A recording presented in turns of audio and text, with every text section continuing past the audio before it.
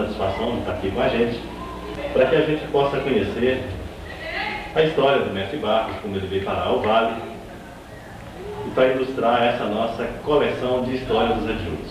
Salve Deus, Mestre Barros. Salve Deus. A pergunta que a gente tem sempre feito a todos quantos têm nos ajudado nesse trabalho é: o que trouxe o senhor ao Vale? Salve Deus. Gilmar, eu desde meus 7 anos que eu me considerava espírita, mas como eu nasci numa cidade do interior do Ceará, uma cidade muito católica, e lá eu não tive o alcance na parte espiritual, mesmo porque, devido aos meus pais, todos meus transcendentes lá, muitos católicos, e chegou até um tempo de um parente meu, uma parenta, ter uma mediunidade que trabalhava numa sala lá, e eu tentei ir lá várias vezes, nunca consegui, porque eu não sabia nem o que era espiritismo. Eu sentia, eu queria ser, mas não tinha nenhuma explicação a respeito. Também teve lá um pastor crente que eu também tentei, também eu fui repreendido pelo meu pai, e eu só vim conhecer a parte espiritual já com 16 anos, quando eu já no Rio de Janeiro, lá passei a frequentar muitos trabalhos espirituais, muita macumba, tudo que eu ouvia falar sobre espiritismo, eu ia lá para conhecer, e sempre com vontade de pertencer, nunca tive oportunidade, mesmo porque eu sentia que ali não era meu lugar. E vim aqui em Brasília, continuei a minha andância, assim, sem encontrar o lugar. Até que um dia, o meu cunhado, José Ferreira, que hoje é o Ferreirinha, o adjunto Tapuí, ele perdeu um filho naquela época, em 1972 para 73, e ele ficou meio desapontado e pediu para mim trazer ele aqui no Vale. A gente trabalhava junto, lá fora, trabalho material, e ele estava sem carro na época e pediu para me trazer ele aqui no Vale do Amanhecer. Eu perguntei, o que é isso lá? E ele falou, é um trabalho espiritual. E eu frequentava um templo ali, um terreiro na W3 Norte. E eu até convidei, por que você não leva ali, que é mais perto? Ele falou, não, mas lá é diferente. Eu falei, então vou lá também para conhecer. Tudo que eu não via falar de parte espiritual, eu queria conhecer. E realmente eu vim com ele, quando eu cheguei aqui, eu notei assim que parece que eu já era familiarizado com alguma coisa. Encontrei aqui um amigo, que era o Batista, já comandava os Tonos Amarelos naquela época, e não foi difícil de eu falar com a tia Neiva naquele dia, mesmo porque eu estava numa fila enorme e ela mandou me chamar. Eu estava numa fila para passar nos Tonos e ela mandou um doutrinador me chamar que queria falar comigo. E quando ele me chamou, eu fiquei meio desapontado. Eu falei, não deve ser eu, que é a primeira vez que eu estou vindo aqui. E ele ficou na dúvida, voltou, ela apontou, não, que seria eu mesmo. E fui lá, sentei com ela e ela me convidou para trabalhar espiritual. Eu lembro muito bem das palavras, disse, meu filho, você quer trabalhar com nós aqui na doutrina? Eu falei, eu não sei, eu não conheço nada, não sei. E ela foi, então me cumprimentou, como é que vai você? Eu falei, vou bem, graças a Deus. Eu acho, a senhora, ela falou assim, quanto tempo? Eu acho que a senhora está enganada, pode ser outra pessoa, porque eu nunca estive aqui, não lembro que eu conheço a senhora. Ela falou então que nós se conhecíamos, já tinha um grande conhecimento, já tínhamos estado juntos, só que eu não me preocupasse, que eu não ia entender. Não era aqui, era transcendentalmente, nós já tínhamos estado juntos. E eu pedi maiores em explicação, ela disse, não meu filho, nós já fomos povos em outras vidas. E não é dessa terra agora, você é daqui da tribo e Pai Seta Branca está dizendo que está só esperando você entrar para a doutrina para ter um outro trabalho. Eu não sabia. E muitas coisas ela me falou, me contou histórias. E eu tomei um tempo enorme ali na mesa, que eu já comecei a me incomodar, porque eu notei que eu estava incomodando o pessoal que estava na fila, que eu via as pessoas me olhavam muito, eu não sabia assimilava nada. Ela falou, meu filho, não se preocupe, não. Você está preocupado? Eu falei, estou, porque a senhora mandou me chamar ali na fila e eu estou vendo que tem muita gente para falar com a senhora. E ela falou, não se preocupe não, aqui é assim mesmo, nós vamos conversar até o tempo. Eu não sabia que tempo era, e ali ela passou a me informar e mais uma vez insistiu, você quer entrar para a doutrina? Eu falei, a senhora me dá um tempo para me entender mais? Falou, pois não, mas eu quero lhe falar, eu quero falar com você sábado. Era uma quarta-feira. Me deu um bilhete, preciso falar com esse filho. E datou. E então eu vim assim muito satisfeito no sábado, pensando que eu ia tinha ter algum privilégio.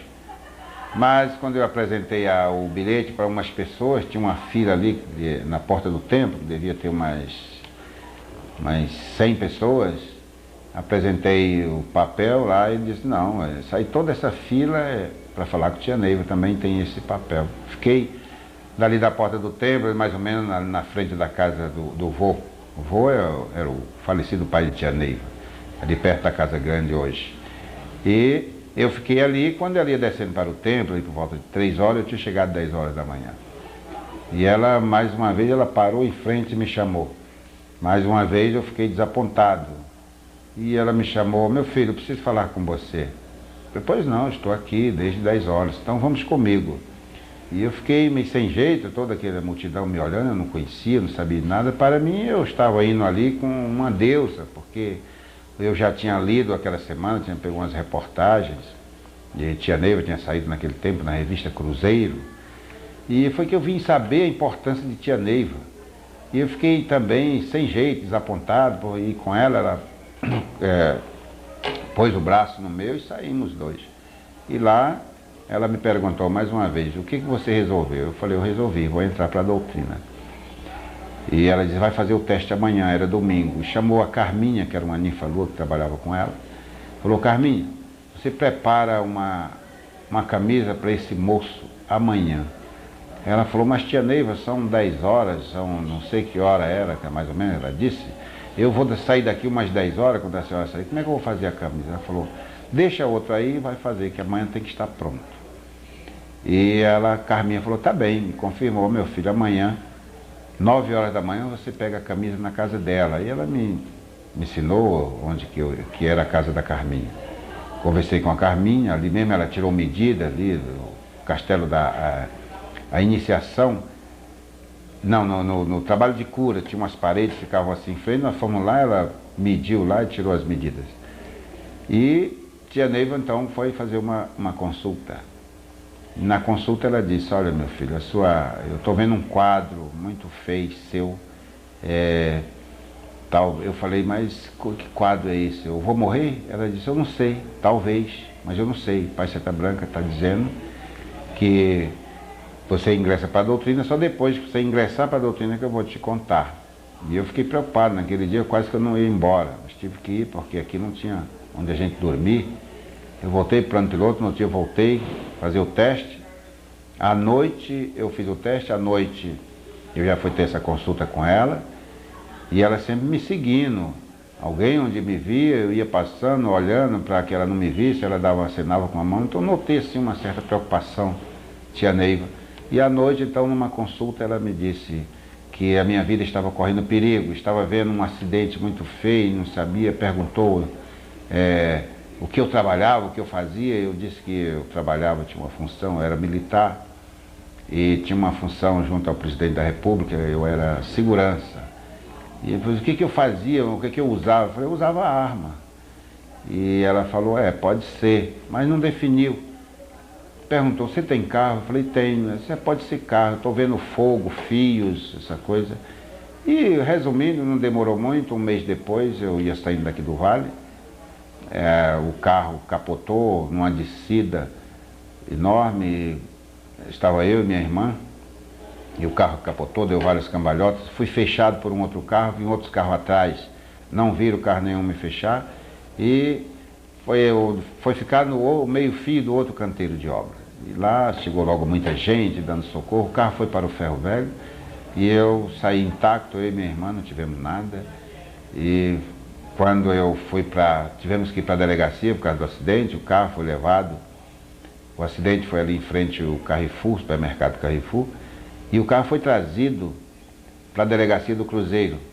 E quando chegamos no Cruzeiro, a minha surpresa também, o delegado lá da delegacia era o doutor Castelo Branco, que a gente chamava ele aqui carinhosamente Castelinho. que eu já tinha feito alguns retiros com ele. E o Castelinho me recebeu muito bem e deixou o carro no pátio e mandou um RP me trazer aqui no Vale, que eu estava precisando mais uma vez falar com tia Neiva. Eu vim, os policiais me trouxeram aqui, tia Neiva já estava me procurando, aquele moço, mas não sabia meu nome, dando só características. Quando ela me viu, ela expressou-se assim: meu filho, graças a Deus você não morreu. Eu falei: por quê? Já falaram com a senhora? Ela falou: não, meu filho, eu estava lá e pai Seta Branca botou a mão assim e o carro parou. Foi quando parou tudo e daí para cá minha vida tem sido assim, cheia de realmente muita história, porque logo que eu ingressei na doutrina, ela me renovou o que ela tinha falado. O pai Seta Branca estava me esperando, que tinha uma missão muito bonita. Foi quando ela veio me contar que a missão era mestrado. E eu já comecei a tomar iniciativas aqui com alguma coisa que era... Um dia eu cheguei para ela, perguntei: tia Neiva, quantos médiums tem o corpo mediúnico? Ela me olhou assim, meio assustada, e falou: não sei. Tudo bem, continuei ali perto dela, e ela falou novamente: o que você falou? Eu falei: eu perguntei à senhora quantos médiums tem o corpo mediúnico. Ela falou: olha, o Tiãozinho está dizendo que é 3 mil médiums. Eu falei: salve Deus. E tia, a senhora não tem um relatório, um fichário? Eu disse: não, não tem, meu filho, porque o pai Seta Branca estava esperando por você. Foi as únicas palavras que ela disse, e no outro dia eu já comecei, por minha intuição, fazendo modelo de ficha, e até que um dia eu trouxe para ela, mostrei para ela: tia, olha, eu gostaria que a gente fizesse essa ficha aqui dos médiuns. E ela falou: pois não, meu filho, é você que tem que fazer.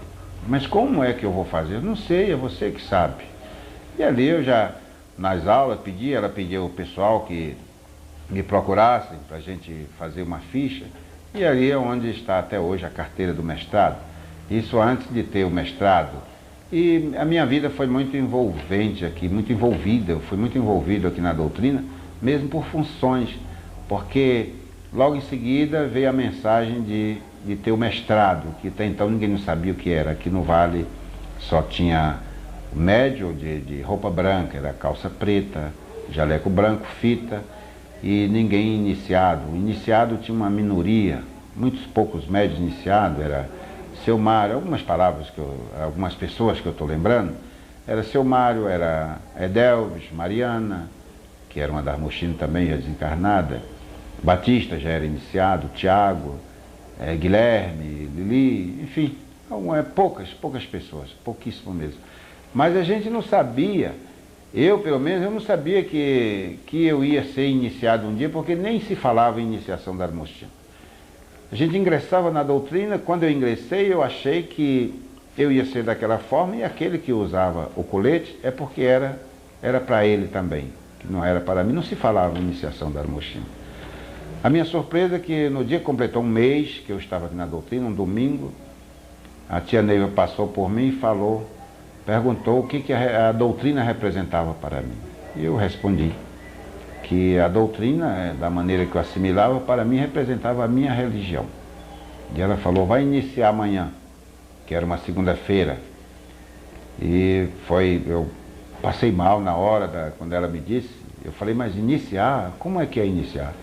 E pegou no colete dela e fez assim: iniciar, meu filho, receber isso aqui. E eu fui tomado daquela surpresa, que eu achei que era muita coisa para mim, e não me senti bem, fiquei meio tonto. E o Vicentinho, que era o mestre que tomava conta da linha de passe, me levou e me sentou lá no toquinho, e ali eu chorei, e ele falou: não, mestre, é assim mesmo, isso é uma emoção forte, por causa que você vai receber. Foi que ele me explicou o que era a iniciação da Armostina. Iniciei, e logo após a minha iniciação, eu já comecei a receber outras missões. Quando começou a vir as mensagens sobre o mestrado, que ela disse que era de minha responsabilidade, eu não sabia de nada. Eu perguntava: mas como é que vai ser? Ela dizia: não sei, meu filho, o pai vai dizer. E aos poucos o pai Seta Branca ia trazendo a mensagem para ela, e ela soltando para mim, me dando as explicações. Mas sempre que eu fazia uma pergunta, ela me dizia: hoje, olha, vai ter... vocês vão serem mestres, vão se consagrar mestre. Mas como é que é? Ela falou, não sei. Vamos esperar que o pai vai dizer. E assim o pai ia completando a mensagem. Até a conclusão que nós íamos sermos mestres, fazer o mestrado, como Jesus recebeu, mas que nós tínhamos que ser conduzidos por outros mestres. E na corrente aqui na doutrina não tinha outros mestres. Mas antes, uns dias, tiveram aqui uns missionários lá do Campo Limpo, ali do povo de Ilhocanã, que eram uns barbudinhos, tiveram 4 mestres lá, que ela chamava de mestres. Eles usavam uma toga branca, assim, um jaleco longo, branco, todos barbudos, cabelos longos. E eu ajudava ela nas consultas na época, eu ficava ali auxiliando nas consultas. Já tinha essa missão. Logo após que eu tinha iniciado, ela disse que eu tinha que ajudar nas consultas. E então eu perguntei quem eram aquelas pessoas. Ela disse, meu filho, eles são os mestres lá de Campo Limpo, lá de Ocanã. Fiquei com aquela palavra, mestres, na cabeça, foi quando ela falou que nós íamos ser conduzidos por outros mestres, e eu perguntei, quem são os mestres que vão nos conduzir? Ela falou, não sei. E até eu perguntei assim, será os mestres lá de Campo Limpo? Lá de Ocanã? Ela falou, não sei, meu filho, talvez. E eu falei, onde é que tem mais mestres, tia Neiva? Ela falou, o Chico Xavier é um mestre, Mãe Menininha é um mestre. E lá tem outros mestres? Não sei, meu filho, eu sei que eles são mestres. E no Campo Limpo tem muitos mestres. Mas eu insisti na pergunta para querer saber mais, ela dizia, vamos aguardar, Pai Seta Branca vai falar mais. E veio a completar que os mestres seriam, já vou entrar numa história muito bonita também, que seria as Nitiamas, Samaritanos e os magos, que esse povo receberia uma consagração por Pai Seta Branca, que iriam... Já havia essas falanges? Não havia. Ela disse que nós íamos ser conduzidos pelo mestrado, mas que eram mestres da própria doutrina, que seriam os médios que o Pai Seta Branca ia fazer a consagração no astral. E eu perguntava, quem é os mestres? Ela disse, não sei. E aos miúdos vieram as informações de Pai Seta Branca, quando ele disse que os mestres seriam Nitiamas, Samaritanas e magos. Essa palavra parou. Mais vezes, mais reuniões, que tinha muitas reuniões com tia Neiva, e quando ela definiu, Pai Seta Branca definiu, que seria magos, seria homens, né? Homens, e Nitiamas seriam moças, solteiras, que não poderiam ter recebido nenhum sacramento, tinham que ser solteiras.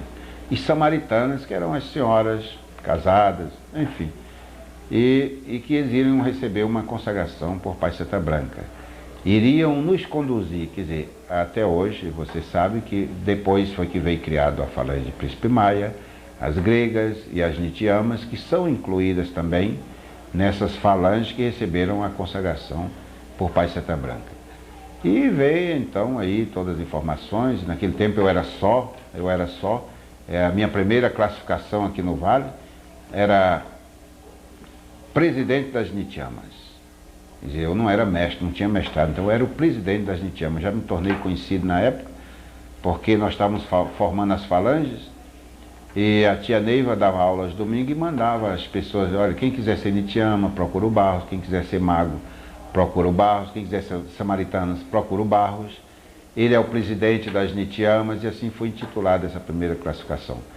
Após o mestrado foi que também vim receber a classificação de primeiro filho de Devas, que eu também era só. Trabalhei mais uns anos só, foi quando surgiu o mestre Froze, e aí a história do mestrado que você já conhece, sabe.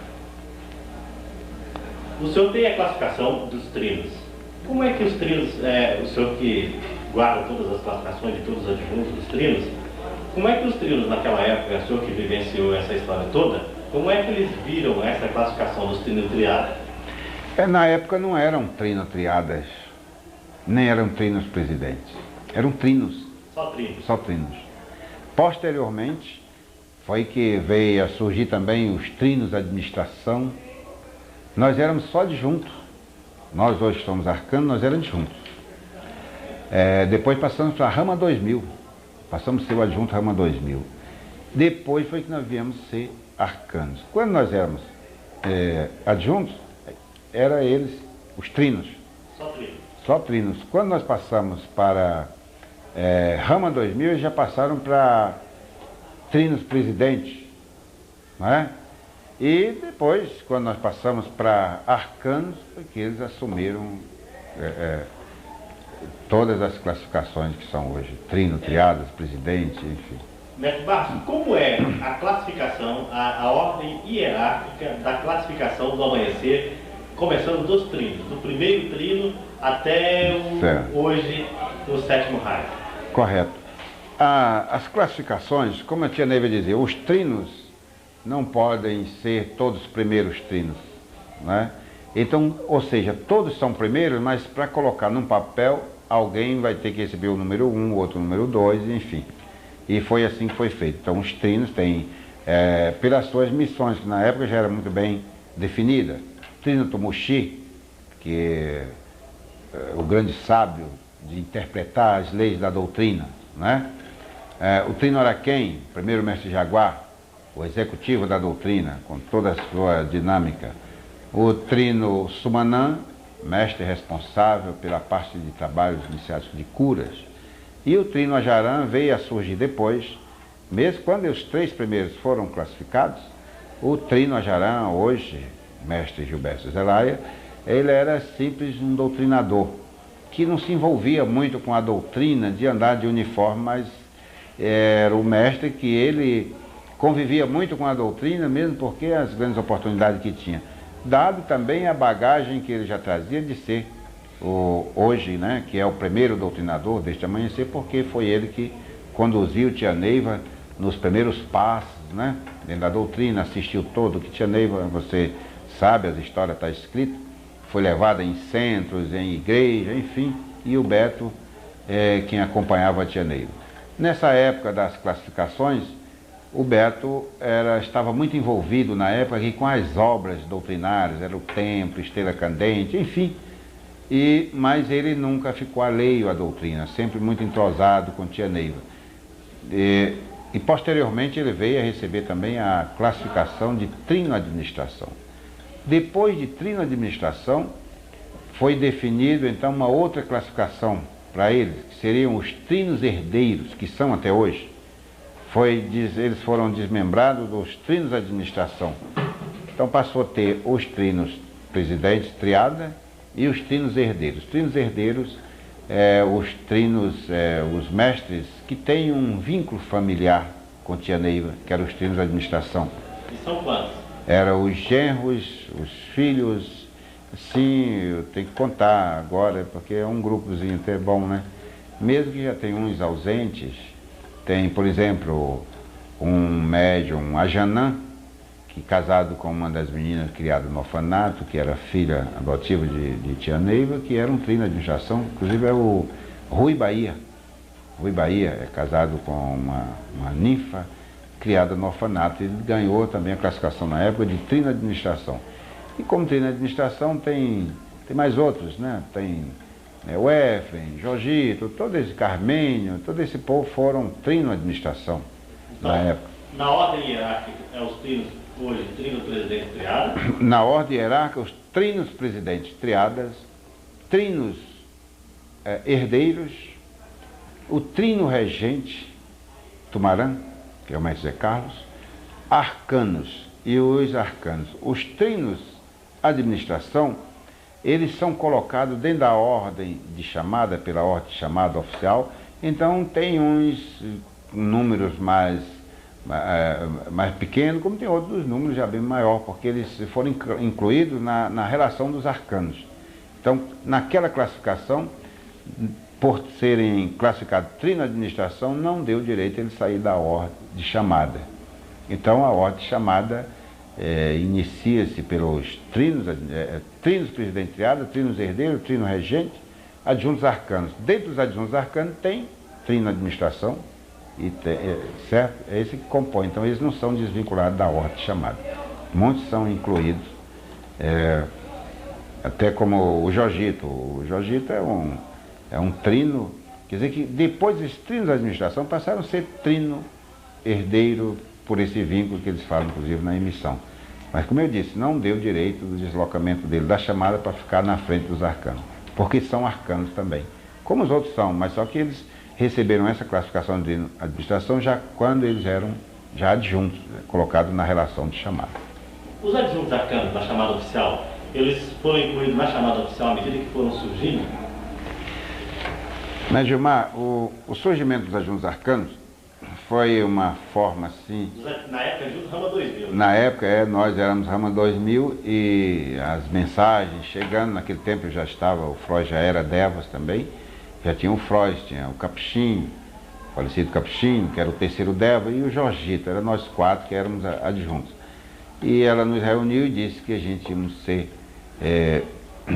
ia ter o adjunto de Jurema, ia ter os adjuntos, o adjunto de Jurema, e vieram muitas mensagens. Ela dizia no templo, nas aulas aos domingos, que ia ter os adjuntos de Jurema, mas nós não sabíamos quem era. Até que um dia ela me chamou e disse: olha, Barros, vamos formar o adjunto de Jurema, vai ser um. Eu falei: um adjunto de Jurema, bacana e tal. Mas quem é o mestre? Não, é todos. Então eu já, pelas mensagens do mestrado, eu já assimilava que ia dando aos poucos, o Pacita Branca ia trazendo as mensagens aos poucos. E foi realmente trazendo aos poucos. Depois ela diz: olha, o adjunto de Jurema, nós já tínhamos mais informação, ela passou a me explicar, vai ser assim, é um mestre com médios e tal. E depois ela diz: não é um, é dois. Mas quem são os nomes? Eu não sei. Então eu pensava, eu fazia o meu pensamento, deve ser seu Mário, Nestor. Depois ela disse: não, são quatro. Eu falei: então é o seu Mário, Nestor, Michel, né? E o outro. E ela, mais conversa, mais reuniões, ela falou: não são, meu filho, vai ser 7. Eu falei: quem são eles? Ele disse: olha, eu já tenho o nome de algum. E disse o nome de alguns, né? Depois de 7 aumentou para 14, não, para 12. É tanto que nós, um dia ela falou assim: vocês peguem o corpo mediúnico, dividam nesses mestres. Nos deu o nome dos mestres. Aí vem a formação do adjunto. Nós pegamos todos o fichário, dividimos. Ela fez um pedido assim. Naquele tempo, o mestre Alberto, adjunto Yucatán, tinha uma missão na iniciação dos doutrinadores. E ele tinha uma equipe de mestres que trabalhavam na iniciação, que eram chamados os mestres de sublimação. Eram os mestres da sublimação. Usavam uma camisa com o nome escrito sublimação, ainda existe hoje, né? Poucos usam. É uma indumentária. E ela disse assim: olha, eu só peço que vocês coloquem os sublimações junto com o Alberto. Agora os outros vocês veem. Se você vê que um mestre tem muita sintonia com um outro, com um desses que eu estou dando, coloquem com ele. Mas na verdade, na época, nem os adjuntos não sabiam quem era o seu povo. Foi eu e Frois, o Capuchinho, o Jorgito, que pegamos aquelas fichas todas, dividimos em números iguais. E na véspera, inclusive, na véspera da consagração, foi na véspera do 1º de maio, nós fizemos uma relação e colamos nos tapumes lá na Estrela Candente com o nome do mestre e o nome do povo. Quer dizer, todo mundo ia conhecer seu adjunto naquele dia. Mas antes de nós apresentarmos a relação para ela, a relação está pronta? Falou: amanhã fica pronta. Então, no outro dia estava pronto, fomos apresentar a relação, eu e Frois. Foi quando ela perguntou: cadê o nome de vocês? Eu falei: não, a senhora não disse que nós íamos ser adjuntos. Ela falou: então você falou para mim: Barros, você é o primeiro e o Frois é o segundo, você tem que colocar. Eu falei: mas tia, agora não tem mais médium. Nós pegamos os médiums e dividimos em todos os adjuntos. Falou: não, ainda há tempo. E isso é um trabalho de vocês. Vocês se virem. E faltava uns 5 dias, talvez, para a consagração dos adjuntos. Foi quando nós ainda teve jeito, né? Porque nós não tínhamos apresentado ainda a relação para os mestres. Então nós, já com mais informação, eu e Frois vimos quem era mais amigo, assim tinha mais sintonia e colocamos o nosso povo. O senhor lembra a data? Não lembro a data. A data foi 1º de maio de 1977 ou 78. Em seguida, quer dizer, esse foi os ramas. Teve uma segunda consagração. Nós consagramos dia 1º de maio e em julho, agosto, não lembro bem a data, teve uma outra consagração dos rajas. Rajas. Que desses rajas, eu me lembro quem são agora ainda uma grande parte, que é Lacerda, o Gladson, Antônio Carlos, Germano, Capuchinho, Jorgito, todos foram, e mais esses outros foram rajas. E o que diferenciava, por exemplo, o Rama do Raja? Primeira, a diferença é que nós temos uma consagração a mais na frente.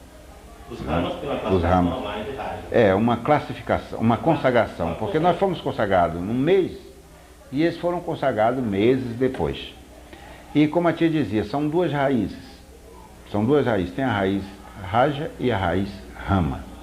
Só que a raiz Rama nasceu um pouquinho primeiro. Mas são duas raízes. E da mesma árvore. Então não haveria diferença. Também não foi muito compreendido pelos Rajas na época que se achavam diminuídos perante os Ramas. E a tia um dia falou, não, todos são Ramas, então... Mas que tem a história ainda que ainda fala, tem muita coisa que fala dos Rajas. São duas raízes. É o Arjuna Rama e o Raja, né? E o Raja. E, Mestre Barros, a história é muito bonita, hein? Nós vamos aproveitar mais... A história é longa. Bonita, não pode deixar sem registro. A formação das falanges missionárias, cada falange veio para uma atribuição. Ela, no plano espiritual, ela vinha aqui no plano físico, tinha a sua atribuição específica. Foi mais ou menos essa a ideia da criação das falanges? Na época, Gilmar, a falange, o mestrado, na época, o surgimento das falanges missionárias era para conduzir o mestrado. Sem nenhuma definição que teriam que fazer. Cortes, só? Cortes. Somente a samaritana que tinha uma missão definida na época era servir sal, perfume e vinho. Essa era a grande missão, era um integrante da missão, porque a missão era cortes. Como todas as falanges missionárias, te falo com toda segurança, todas as falanges têm a grande responsabilidade pelas cortes. Quer dizer, a missão maior das missionárias é as cortes, das consagrações, porque esse mestrado veio para serem conduzidos pelas falanges missionárias. Claro que a primeira a surgir foi a Nitiama, pelo surgimento foi Nitiama, Samaritana e Magos. Mesmo que as três colocaram a indumentária no mesmo dia, mas mesmo assim a tia Neiva ainda definia, primeiro na frente, Nitiama, Samaritana e Magos. Essas foram as três falanges que surgiram primeiro. E as outras, pela ordem da chamada oficial, foi de conformidade com seu surgimento. Todas fazem corte, todas. É a grande obrigação, a grande missão das falanges missionárias, é a condução do mestrado. Depois vem algumas definições da missão, quer dizer, mas não é a missão precisa, não é a missão da missionária, por exemplo, eu vou citar como exemplo, Muruaci. Dentro da missão dela tem de abrir os portões. Dentro da missão de missionária, parte abrir os portões, como tem samaritana, de servir vinho e etc. Mas a grande missão de todas as missionárias é a condução do mestrado. Cortes. Um assunto interessante, por exemplo, quando as falanges missionárias não estão conduzindo o povo, mas estão em corte, qual é o trabalho que é realizado no plano espiritual e físico? O plano espiritual, o plano material aqui no templo, para ser bem definido, a tia Neiva dizia, meus filhos, o templo agora é iniciático, porque era evangélico. A nossa doutrina sempre foi evangélica, até um dia que ela passou a ser iniciática, foi quando veio o mestrado.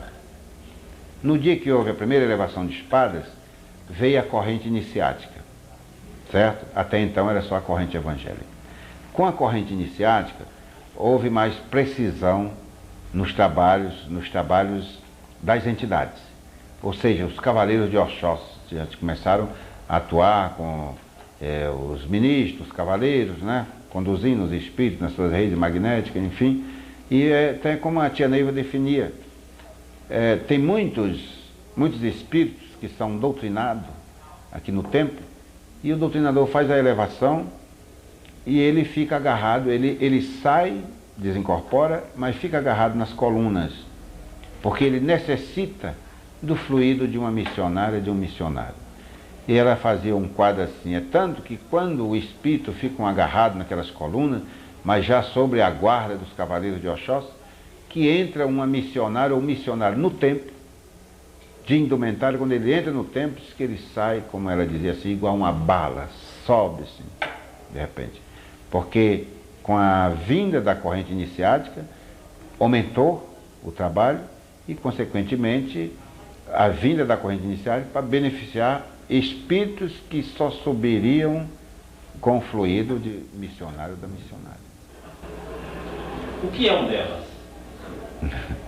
Eu sou suspeito para falar. Não, o que é assim, porque nível espiritual? Devas. Exato, eu sou suspeito para falar. Quem falava muito bem, dava muitas explicações sobre os Devas é o mestre Tumushi, seu Mário. Sei que você já teve com ele, não sei se você fez a pergunta.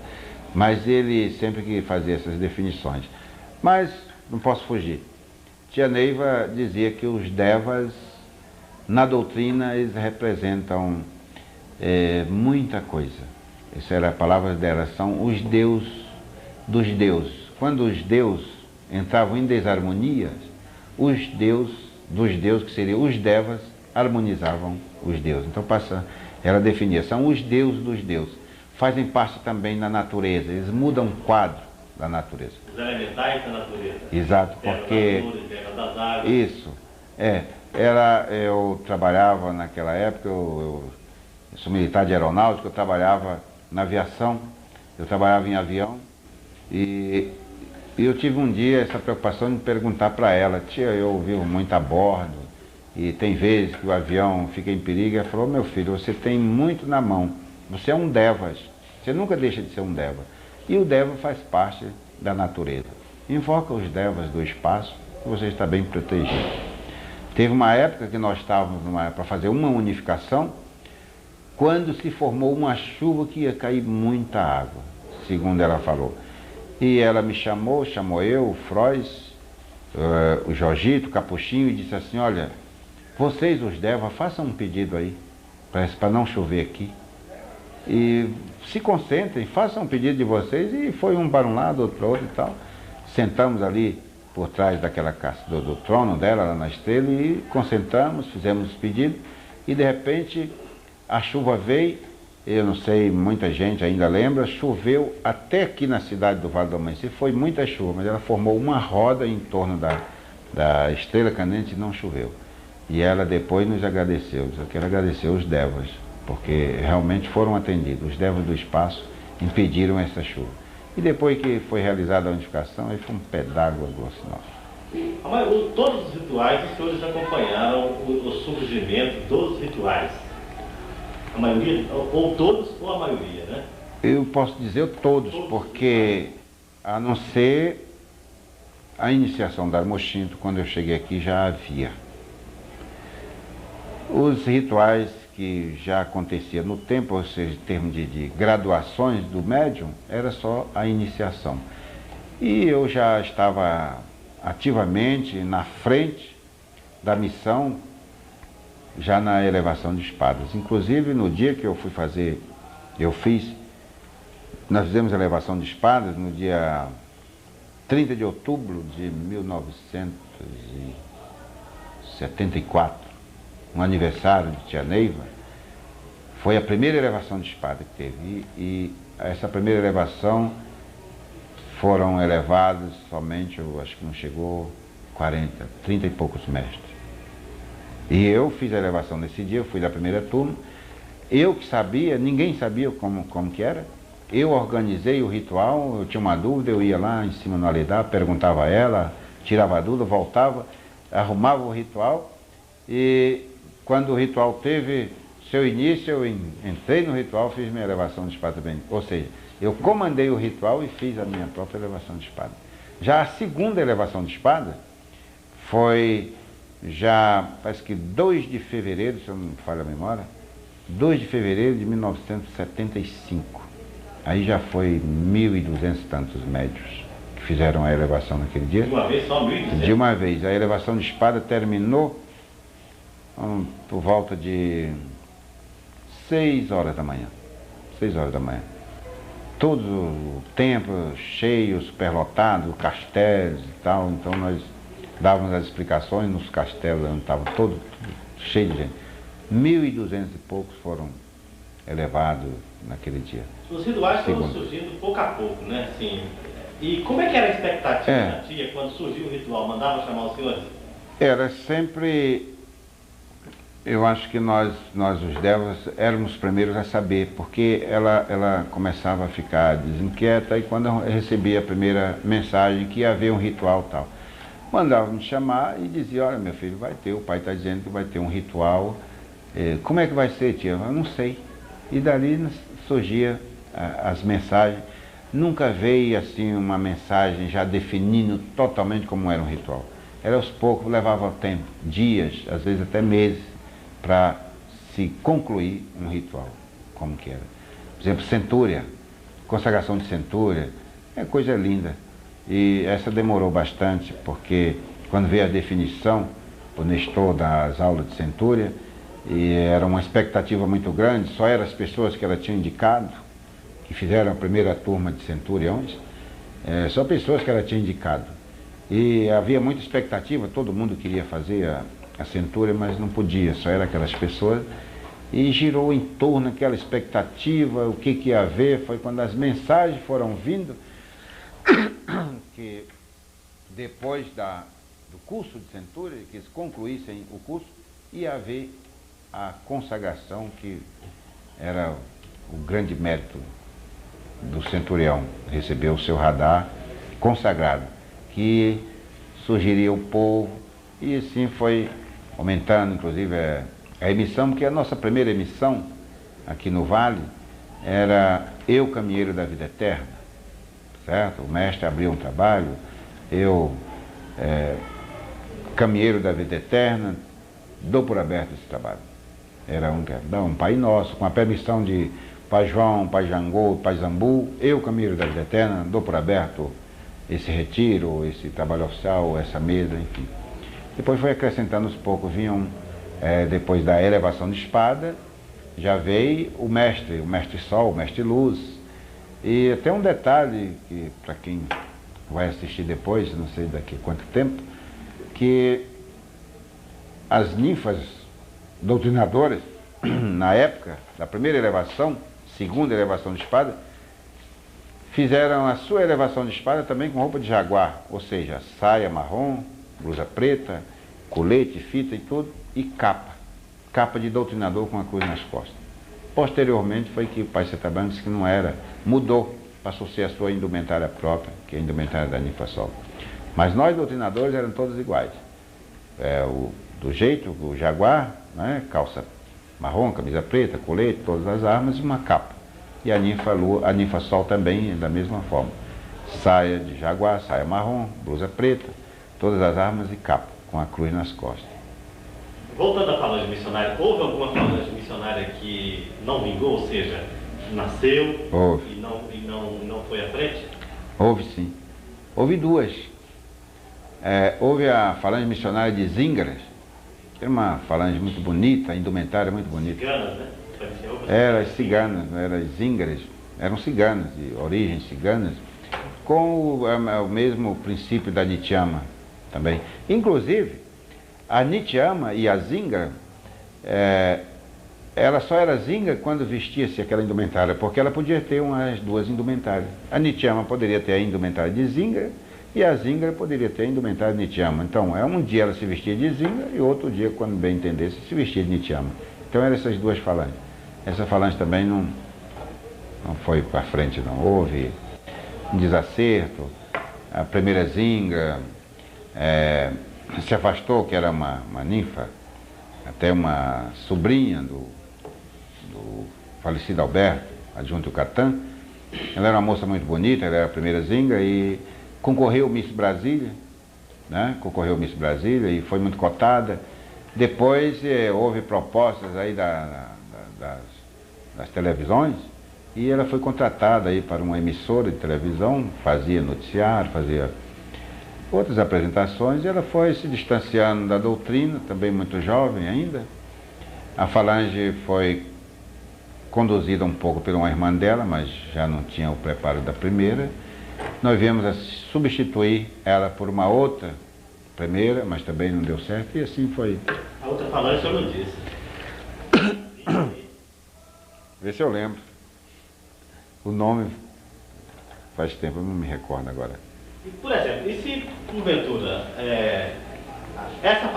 a sigla que é mais conhecida, ela pode ressurgir? Não, não haverá mais possibilidade. Mesmo porque todos esses acontecimentos foi ainda com Tia Neiva presente. Naquele tempo, talvez hoje, se Tia Neiva fosse viva, poderia. Mas hoje, já com o desencarne da nossa mãe, que a ausência dela aqui no plano físico, e para o corpo mediúnico, que já está um número bem elevado, iria surgir quase como que uma criação, que nem todo mundo conhece essa história transcendente da gente. E janda? O senhor poderia falar sobre as jandas? Perfeito, é uma falange? Perfeito. Eu me sinto muito à vontade de falar sobre a janda, porque, como eu estou narrando aqui, todo esse surgimento do mestrado foi participação ativamente minha, do Frois. Jorgito e Capuchin chegaram um pouco depois, mas tiveram uma participação muito integrada. E a tia um dia me chamou e falou: meu filho, a Edeus está muito sobrecarregada, que a Edeus estava em tudo, presente em tudo, nas invocações, ela era que fazia tudo. E nós vamos ter que preparar uma ninfa para poder, em alguns casos, substituir a Edeus, nem todos. E foi quando ela veio a mensagem, a palavra janda. E quem seria a janda? Quem é a janda? Não sei, meu filho e tal, e veio a definição. Também quem seria a janda, que ela indicou, já dando nome, é a Delma. A Delma é a primeira janda, ou seja, era a janda, só era ela. Foi preparada, invocava e tudo. E depois nós, numa mesa, ela escreveu com nós o que era uma janda. A janda é uma ninfa que representa em determinadas posições, mas pode ser de qualquer falange. Pode ser de qualquer falange missionária. Não é necessariamente tem que ser Yurici. Qualquer falange missionária, desde que seja indicada por mim, pelo Frois ou pela Edeus, pode ser uma ninfa janda. E tenha o preparo. A atribuição é das invocações. Essa preparação sempre na frente das invocações, grandes invocações, nos grandes rituais de maiores postos. Onde haja uma consagração, deve estar a presença de uma janda. Também, mais uma vez, não necessariamente tem que ser Yurici, mas o critério da Edeus está dando certo, por Deus. Mestre Barros, a consagração de enlevo foi a última consagração, a última das grandes consagrações que houve com a tia aqui. Exato. O que significou o passo do Rama 2000 para o enlevo? São consagrações distintas, certo? Consagração de enlevo não é vinculada ao Rama 2000. O Rama 2000 da época que passou a arcano. Não é vinculada. A consagração de enlevo, ele é um tipo, eu tenho escrita. Por que se faz um enlevo? É para se desmagnetizar, certo?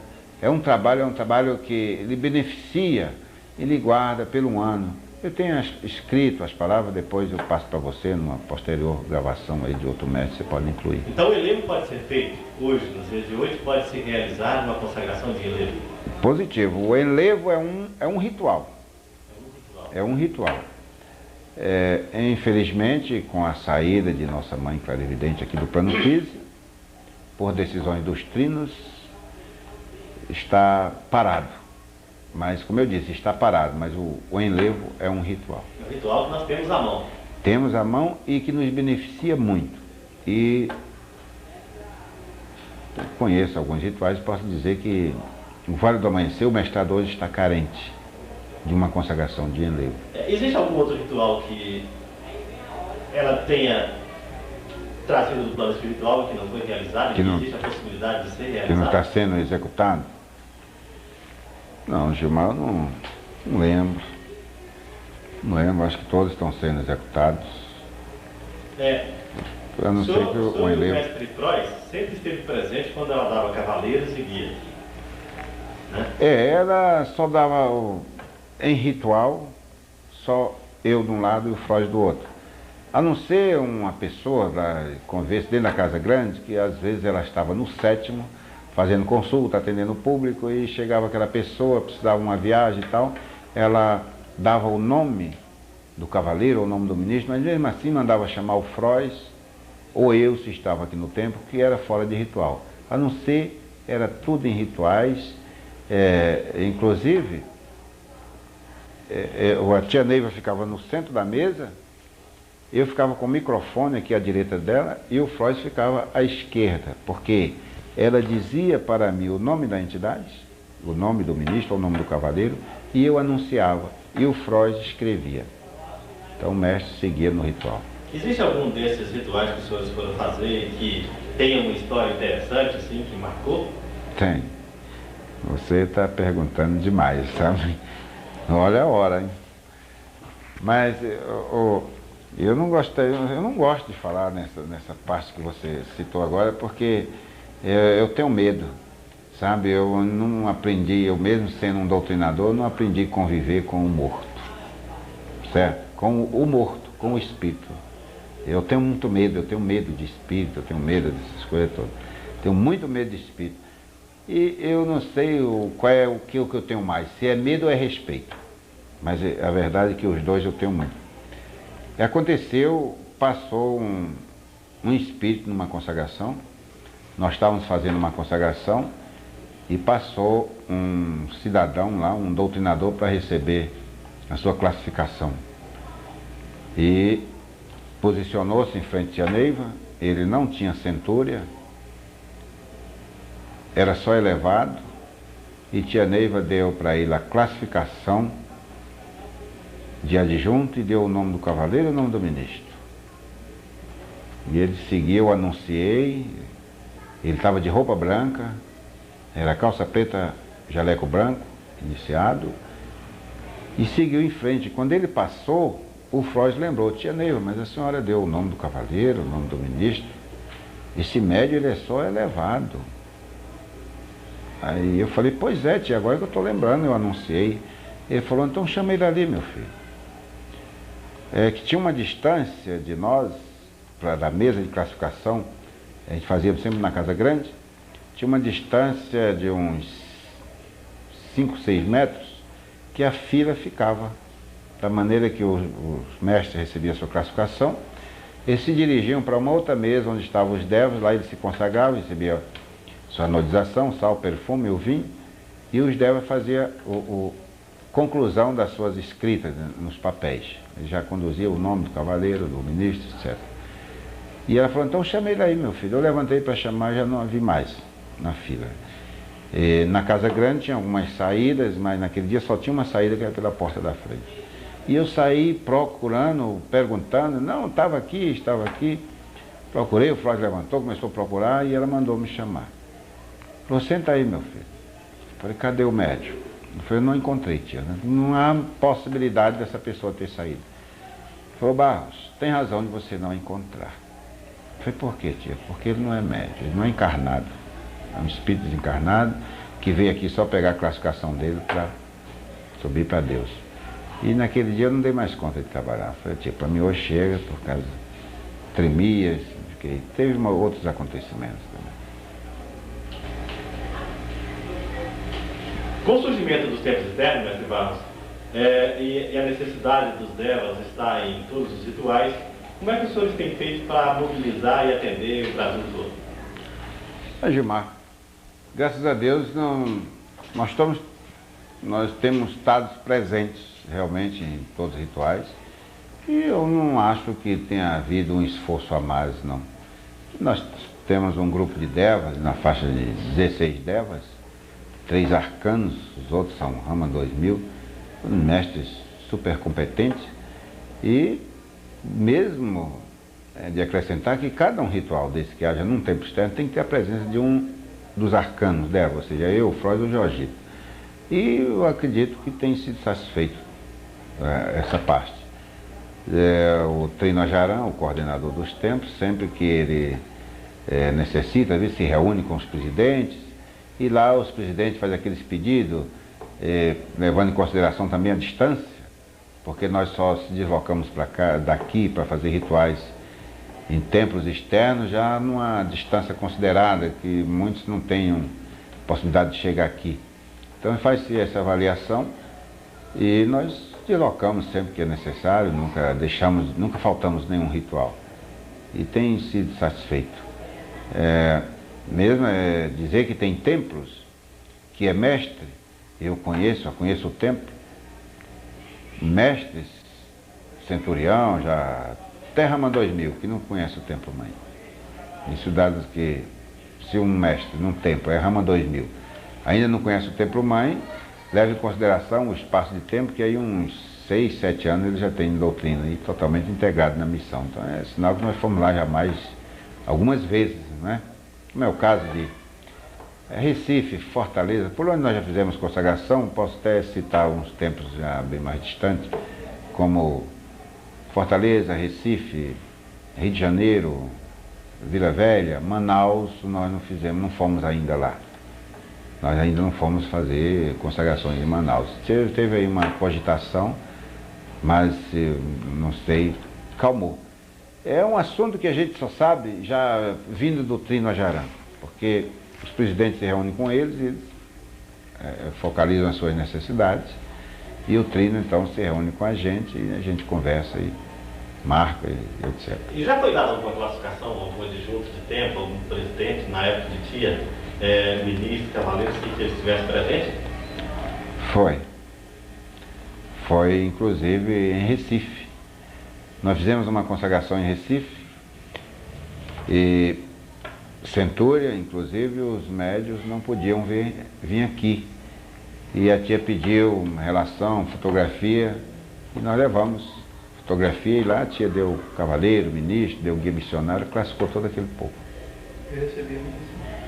E, por exemplo, nós temos aqui no Templo Mãe, a Estrela Candente, temos aqui a filmação, e é sabido, até um assunto interessante, é sabido que quando o mestre se torna, aliás, quando ele se torna um mestre elevado, existe o compromisso de se fazer uma estrela por mês, pelo menos uma. Né? Pelo menos. Como fica esse pessoal de templo externo que tem muita gente que vai ser mestre, vai desencarnar e não vai vir aqui? Correto. Na época, a primeira elevação de espada, Gilmar, nós fazíamos assim. O ritual era realizado à noite. Faixa de 7 horas, 8 horas da noite, nós fazíamos o ritual de elevação de espada. O mesmo ritual terminava na pira, já se deslocava daqui para a Estrela Candente para fazer a sua consagração na estrela. Consagração da elevação. Da elevação, como ainda é hoje. Faz a elevação de espada e em seguida nós fazíamos a consagração da elevação. E isso foi muito tempo. Quando um dia o pai Seta Branca chamou a tia Neiva e disse: olha filha, você está exigindo muito do médium. E ela nos reuniu os devas e falou o seguinte, que pai Seta Branca antecipou a hora da elevação de espada, que poderia ser após o meio-dia, certo? E que a consagração fica a critério do médium, certo? Fica a critério dele fazer a sua consagração do mestrado. Quem puder fazer amanhã, faz. Quem não puder, faz depois da manhã, ou faz o dia que puder. Então foi quando ela abriu também a possibilidade da elevação de espada nos templos externos. Fica a critério do médium, um dia, se puder, fazer a sua consagração do mestrado aqui no Vale do Amanhecer. Ficou a critério do médium. É tanto que a gente aconselha lá, onde haja uma elevação de espada, a aula que nós damos, a orientação é as mesmas daqui. O senhor trabalha com jovens, os devas são responsáveis pelos jovens, pelos adolescentes, e o senhor sente alguma mudança na parte, digamos assim, na parte do desenvolvimento psicológico e até espiritual, quando o mestre chega hoje e dos que tinham antigamente, existe uma diferença? Existe diferença. Hoje ele parece que já chega pronto, tá? Dada a vista também que muitos são filhos de médiuns, Tem, por exemplo, quando eu ingressei aqui na doutrina, a minha filha, a Kelly, tinha 2 anos e pouco, e o Marlon tinha talvez 1 ano ou menos de 1 ano. Como eles, outros filhos, os seus filhos no caso, eles nascem já dentro da doutrina, mesmo que eles não venham nem num pajé, mas o que eles escutam muito dentro de casa é doutrina, entre o pai, entre a mãe, um amigo, tá? E eles captam muito fácil a doutrina. E eles usam a doutrina sem a gente perceber. Quando até a gente assusta, quando ele entra para a doutrina, já sabe de muita coisa. Mesmo também, eu acho que é dado até essa evolução do espírito, hoje o jovem, ele assimila a doutrina assim muito rápido. É muito rápido, é impressionante mesmo. A gente, muitas vezes, eu no castelo, eu estou dando uma palestra para o jovem, e eles me fazem uma pergunta, assim, já muito na frente do que eu estava falando. E eu peço mais detalhes naquela pergunta, para testar que se realmente ele está fazendo aquela pergunta consciente, ou foi jogada no ar, assim, ele dá detalhes que ele sabe realmente o que fez, perguntou. Voltando à falange missionária, a gente tem ouvido notícia, agora vamos a Príncipe Maia, de que os príncipes, haviam antes príncipe cigano, príncipe da corte e posteriormente príncipe Maia. O príncipe Maia é o mesmo príncipe cigano e o mesmo príncipe da corte? Não, totalmente diferente. Tinha uma falange, mas era o povo da iniciação. Era uma corte. Sempre houve essa corte, era a corte de iniciação, certo? Era algumas ninfas, pouquíssimas, mas era das ninfas que moravam na Casa Grande, ali das filhas adotivas, das filhas de Tia Neiva, as filhas adotivas, e as moças do...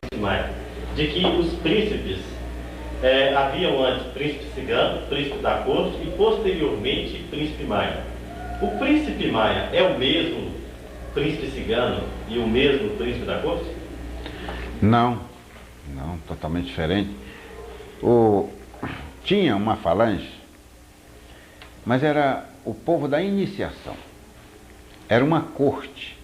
Sempre houve essa corte, era a corte de iniciação, certo? Era algumas ninfas, pouquíssimas, mas era das ninfas que moravam na Casa Grande, ali das filhas adotivas, das filhas de Tia Neiva, as filhas adotivas, e as moças do orfanato, que elas formavam essa corte. Como também tinha médiuns que moravam aqui, do orfanato, também rapazes, que formavam essa corte da iniciação. Era única e exclusivo corte de iniciação. E às vezes, quando tinha um casamento, porque o casamento aqui era raro, era muito raro.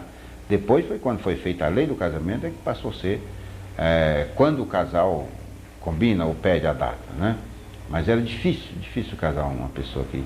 Então essa mesma corte fazia essa corte do casamento, só para conduzir, mas sem uma indumentária. A indumentária era mais assim, parecida realmente com roupa de cigano, certo? Eu me lembro de alguns príncipes na época, tinha o finado Paulo, que era um médium, um ajanã, morava na Casa Grande. Ele era o primeiro príncipe da corte, quem mobilizava ali para fazer esse trabalho. Mas não tinha isso, era uma corte, um príncipe cigano realmente. Mas não é nada vinculado com esse mestre de hoje. E quando surgiu o príncipe Maia, como é que foi que surgiu a falange, quando a tia anunciou para os senhores que iria nascer a falange do príncipe Maia? Na época, nós estávamos saindo do templo, eu ajudava a Tia Neiva nas consultas. E ela me chamou, ela ia na Casa Grande, estava no templo, e nós fomos saindo os dois, ela queria me mostrar alguma coisa, um ritual, não lembro bem. E passamos ali em frente ao templo, vimos algumas pessoas, uns rapazes, e ela falou, está vendo, Barros? Eu falei, estou vendo aqueles rapazes ali. Pois é, meu filho. Vamos conversar sobre eles. Vamos. E fomos para a Casa Grande, lá nós sentamos. E se você quiser mais detalhes, não sei se é importante. Mas que na verdade, Gilmar, a gente tem que realmente falar a verdade e abrir o jogo, porque a nossa doutrina não tem nada encoberto. Até o nosso próprio desenvolvimento, as portas são abertas, não é? As portas são abertas e todo mundo toma conhecimento de tudo que nós fazemos aqui. Na doutrina tinha uns médiuns que eram homossexual, certo? Pessoas com comportamento já visível aos olhos de todos. E foi quando eu tive a grande oportunidade realmente de saber quem é o homossexual, o que ele sofre, para o lado espiritual que a tia me contou, o karma, que ela chamou de karma. Nós íamos saindo do templo, ela viu ali uns 3 homens com essa formação que eu te falei, conversando com os garotos ali, e ela achou ridículo aquele comportamento. E falou, tá vendo lá, Barros? Aqueles rapazes são bichas? Eu digo, tia, fica chato, né? Porque assim, na frente do templo, eu acho que essas pessoas não deviam ingressar na doutrina, tia, porque eles não estão vendo a senhora, ver o comportamento deles, mas estava assim uma conversa assim, muito agradável entre eles, risos, gestos e tal. E foi quando ela disse assim, pois é, Barros, mas você está olhando muito para o lado físico, como eu estava olhando, mas também tem um lado espiritual. Meu filho, vamos lá na Casa Grande conversar sobre esses rapazes? Vamos. Lá na mesa nós sentamos e falou, olha, Barros, talvez, ela não falou talvez, ela é o maior sofrimento do espírito, a maior dívida do espírito, o maior karma do espírito, é ele vir na Terra na posição daqueles ali, ser homossexual. Porque ela passou a definir, primeiro a maioria são rejeitados pela própria família, e ele vai ter que conviver. E vai se estendendo até ser rejeitado pela sociedade. Então aquela pessoa tem que arrumar a forma dele viver, porque ele tem que viver, e acaba pagando o preço que paga, né? Que é esse karma pesado. E falou assim, vamos fazer uma falange para eles, porque só assim a gente pode reunir e tomar mais conta. Porque quando passava um desses médios, assim, perante outros médios, dava, tá vendo, tá lá, falava alguma coisa, inclusive ela falou assim, vamos ajudar esse rapaz? Tia Neiva, salve Deus, estou sempre às ordens. Então, meu filho, vai ser uma falando de príncipe. Príncipe positivo. Quem são eles? Numeramos ali, dava 7. Então passaram a ser 7 príncipes. E cresceu a ideia. Como eu digo, ideia aqui no plano físico, mas quando ela recebeu a mensagem dos planos espirituais, era muito mais do que aquilo que a gente estava pensando. Que na verdade não era eles com aqueles comportamentos, foram os precursores da vinda da falange de príncipe. E que a grande ajuda aconteceu, teve a grande ajuda, que depois a tia Neiva me explicou. Barros, você ainda conhece um daqueles rapazes, os comportamentos, como é que eles estão? Pai, tia, salve Deus, sumiram, ninguém não vê mais com aqueles comportamentos. Pois é, meu filho, essa foi a grande ajuda. A ajuda da falange manipulou eles e a verdade é que eles sumiram no meio da multidão. Hoje ninguém não sabe quem são. Também não vou dizer se ainda existe daqueles, não sei se você conhece, mas foi muito bonito, inclusive a procedência da falange, né?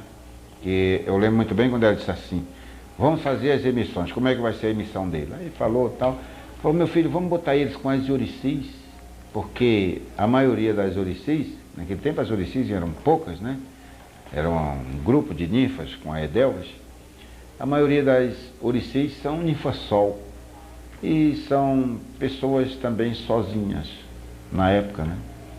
E vamos botar esses rapazes com elas, que aí já ficam mais abrigados ali, mais acomodados, né? É positivo, vamos então. Então vamos fazer o seguinte, a emissão. Vamos vincular ao adjunto Fiorici, mas ponha, eu sou a madrinha deles. Ninguém vai mexer com esses rapazes mais, eu vou ser a madrinha. E tá bom, fizemos a emissão e tudo, mas aí eu disse, tia, não era bom citar a senhora como madrinha? Falei, não posso, meu filho, já sou mãe, né? Já sou mãe. Eu falei, pois é, mas era tão bom, porque mãe, todo mundo emite. Se a senhora desse um destaque aí para melhor a situação, pode botar afilhado então. Não bota madrinha, eles vão ser meu afilhado. Foi quando surgiu essa palavra, afilhado de Quatraí 108. Vinculamos eles a Edelvis. A Edelvis, na época, graças a Deus, eu digo graças a Deus, entendeu que o príncipe pertencia só à orientação dela. E conversamos com a tia e falou, deixa meu filho, é um arcano também que está cuidando, tá bom, mas que também é de responsabilidade dos Devas. Mas como ela cuida tão bem, graças a Deus, até hoje não foi necessário nós termos que orientar os príncipes. E como também, além de bem orientados pela Edelcio, tivemos essa bênção de Deus, de você, Gilmar, ser o primeiro príncipe hoje. Mestre Barros, hoje a grande procura dos mestres está em busca do cavaleiro e do ministro. Existe alguma perspectiva dos senhores trazerem esses ministros, cavaleiros? Salve Deus. Olha, Gilmar, eu acho que nós já estamos atrasados com esse processo, porque a tia Neiva deixou pronto. Agora você me permita, mas eu não gostaria de falar, porque ainda há uma situação assim, ainda muito indefinida.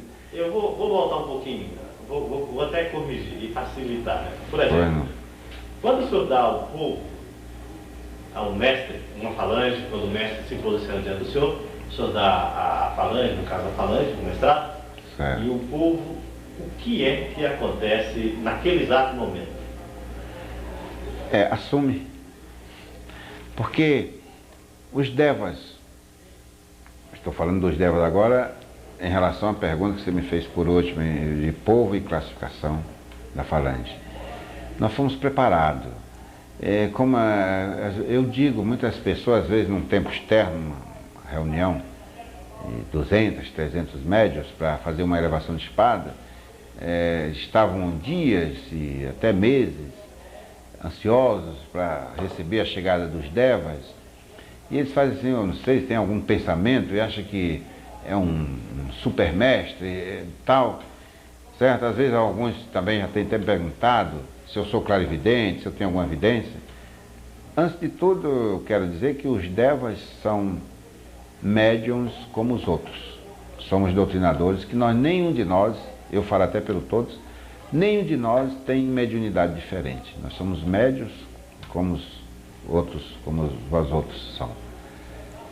Eu tive uma oportunidade com tia Neiva de fazer um curso com ela, que ela chamava um curso com Marran. Isso foi um ano. Eu vim todas as segunda-feiras, ou quase todas as segunda-feiras, porque eu falhava algumas. Mas eu tinha que vir.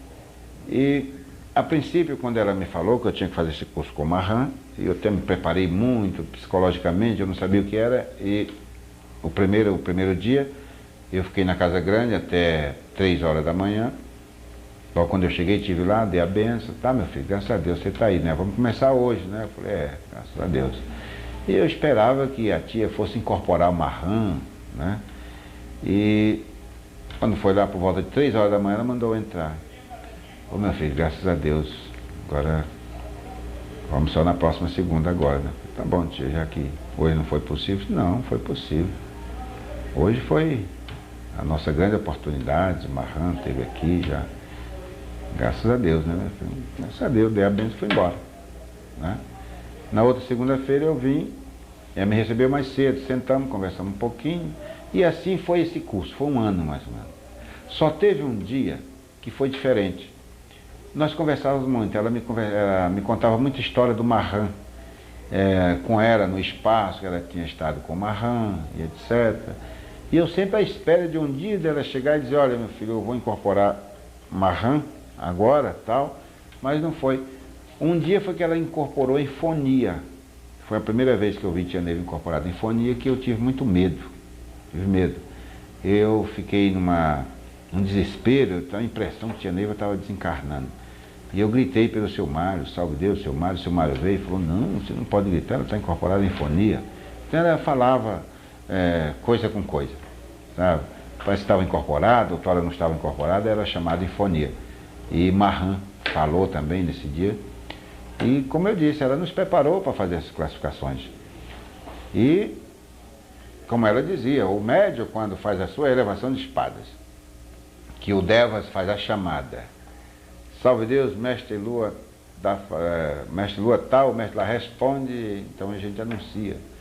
Mestre Lua da falange de sublimação, sacramento, etc. Naquele instante, aquela falange se desloca do plano espiritual do plano etérico que se liga.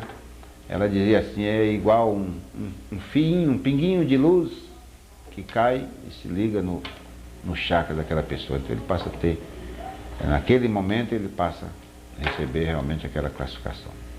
O povo também. O povo já é um pouco mais difícil, pelo menos para mim. No dia de uma consagração que eu vou ter que dar ao povo, eu fico um pouco diferente. Eu tento me controlar para me ficar nesse normal que eu estou aqui, mas eu sinto que eu fico, não é nervoso, eu fico mais ágil, certo? E eu fico muito mais sensível, muito direcionado para povo. Para mim só é povo, certo? Vai tomar um cafezinho, tem que voltar logo, eu estou vendo, é povo, tem que falar em povo. Não é ver, eu não vejo nada. É falar, povo. Então, quando não termina aquela consagração, quando termina de dar ao povo, é que a gente muda a ideia. Nós não poderíamos deixar alguém tão especial do senhor sem falar que é o ministro Alufan. Salve Deus. Tem uma historinha do ministro Alufan aqui no plano físico mesmo, que eu vou falar ela rapidamente, aí nós encerramos, não é? O ministro Alufan, ele foi, o Vilela, está aí, a testemunha, foi pintado 3 vezes. E eu não sabia. Depois a tia que me contou, o Vilela me contou também. Foi pintado a primeira vez, levou lá, aí ela disse para o Vilela, não, o ministro está dizendo que não é mais assim. Ela dava o quadro, o Vilela entendia, pintava do jeito que ela dizia, quando ele levava, disse, não, o ministro disse que não é assim. Então o ministro já mudou 3 vezes. Na última vez, ela recebeu o quadro, e por sinal é totalmente diferente, né? Todos vocês conhecem. Até o quadro, na época, ela mandou fazer diferente. Todos os ministros eram feitos de um tamanho tal, um tamanho padrão, mais ou menos, e o ministro Alufan, ela mandou fazer bem maior. E assim, considerava exagerado o tamanho, porque eu pensava que tudo era padronizado, o meu foi muito grande. E, para minha surpresa, ela mandou um dia de sábado, eu estava no templo, mandou me chamar. E eu cheguei na Casa Grande, tinha muita missionária, muito samaritano, nitiano, mago. E eu vi aquela festa lá, salve Deus, não estou sabendo dessa. Está vendo aqui? Ô meu filho, salve Deus, tudo bem? Vem cá, meu filho, eu tenho aqui uma coisa para te mostrar. Quando abriu a porta do sétimo, nitianas, samaritana, mago, cantaram. Parabéns, viu? Atordoada, ela mostrou, isso é o ministério. Mas quando ela abriu a porta, olhei, eu vi aquele ministro, eu parei e cantaram parabéns, eu não estava ouvindo bem. Aí ela disse que era o ministro Alufan. Mandou chamar todas as missionárias e missionários que estavam no templo nesse dia, volta umas 4, 5 horas da tarde, mandou fazer um ritual. Aí posicionaram-se todos ali em frente à Casa Grande. 2 nitiamas seguraram o quadro do ministro na minha frente, e atrás de mim todos os magos, nitiamas, samaritanos, demos uma volta dentro do templo. E depois daquela volta no templo, mostrando o quadro para todo mundo, o pessoal no templo, ficava todo mundo assustado, sabia que ritual era aquele. Deu uma volta, passamos em frente de Paceta Branca, voltamos, no mesmo sentido, saímos do templo e fomos para casa. Isso é uma das histórias que não foi feito com ninguém. E sempre, tudo isso pesa sobre mim. As pessoas fazem muita pergunta e eu não sei explicar por quê. Os magos são filhos de Débora? São filhos de Débora. Mas por que eles foram classificados como filhos de Débora? Qual é a relação, por exemplo, dos magos com porque a relação dos magos com a Dejan, com a Alufan e a Dejan é mais intensa do que as outras missionárias? Porque eles são nossos próprios componentes, os nossos próprios povos. Tanto não só o mago, como um outro mestre do meu adjunto também eles emitem filho de Devas. Quem é do adjunto Alufan e do adjunto Adejan, eles emitem filho de Devas. Você tem a ligação direta? Tem a ligação direta. E todos os magos são do adjunto Alufan ou do adjunto Adejan, a serviço de um adjunto tal. Como os outros. Por exemplo, você é um mestre Lua, príncipe Maia, não é? E então você emite príncipe Maia do adjunto Adejan, não é? Você do adjunto Adejan, no adjunto você tem um outro ministro, um outro adjunto, no adjunto Muiatã. Então o que ela fazia, logo no início do mestrado, Gilmar. Todas samaritanas, nitiamas e magos eram do nosso adjunto. Era Adejan ou Alufã. Mas aí a tia um dia recebeu também uma mensagem de Paiseta Branca, que nós estávamos criando um problema para muitas. E foi liberado então a missionária emitir do adjunto Adejan ou Alufã no adjunto tal que nem todos os mestres, esposos ou mestres da missionária queria vir para o nosso adjunto. Então nós estávamos obrigando ou separando na missão, né? Então ela autorizou do nosso adjunto no outro adjunto, enquanto que o mago não é no, é a serviço do outro. E por que o mago não fala, por exemplo, igual a gente fala assim, é missionário, né? Missionário do adjunto e tal, e o mago já é filho de delas? É justamente porque ele faz parte direto.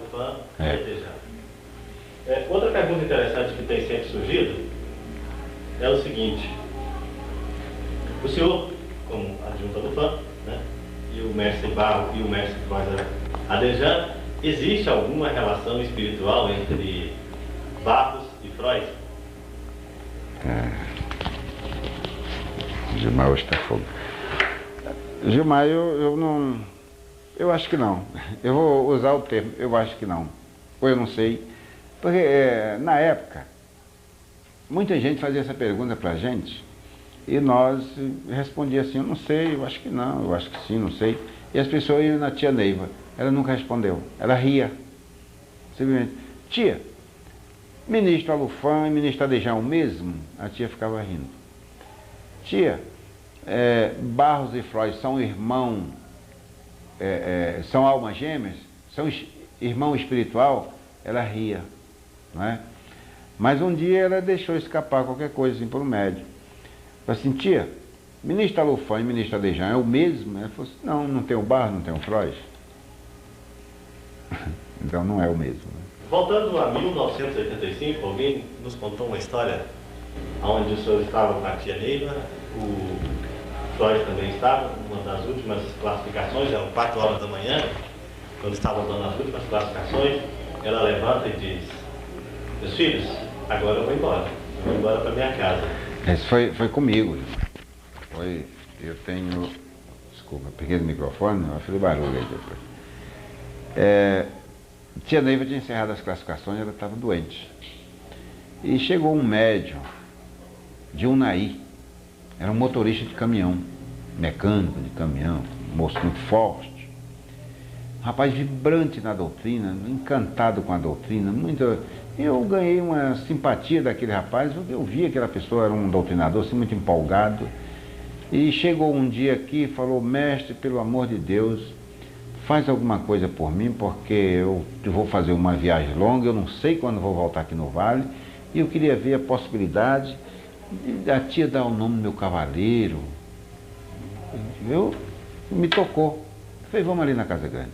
Entramos até pelo fundo da Casa Grande. A tia Neiva estava lá dentro, eu fui lá, falei com ela, tia, tem um médium aí, ela não estava bem, tem um médium aí, que um rapaz tão bacana, um doutrinador, vibra dessa, lá de Tapuã, lá de Unai, que vê a possibilidade da senhora dar a classificação dele. Tá, meu filho, me espera lá na porta, lá na sala um pouquinho com ele. E veio com as meninas, falou, meninas, vocês fiquem à vontade, eu vou ficar aqui com o Barro. Só era um. Ela falou assim, lá o rapaz sentou, tá, deu a classificação, anotei. Ele era para ser adjunto regente. Ela deu Rama 2000, herdeiro do Teatro da Rapaz, Rádio Oração, Rama 2000, deu o nome do cavaleiro e o nome do ministro.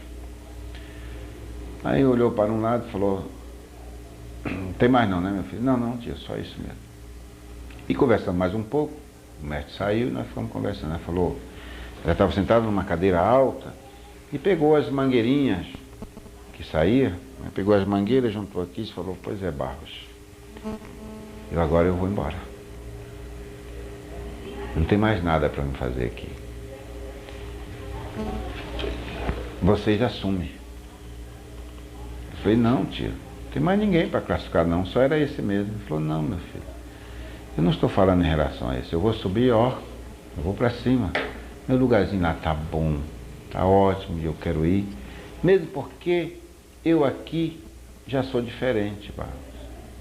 E disse, eu não sou mais a tia Neiva, eu já sou uma velha coroca.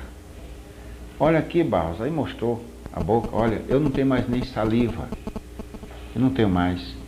O que eu vou ficar mais fazendo aqui? Sempre esse corpo mediúnico me conheceu com esse carinho. E de repente eu começo a me apresentar para eles, com esses defeitos, com essas coisas. Não é só por causa da mangueirinha, não.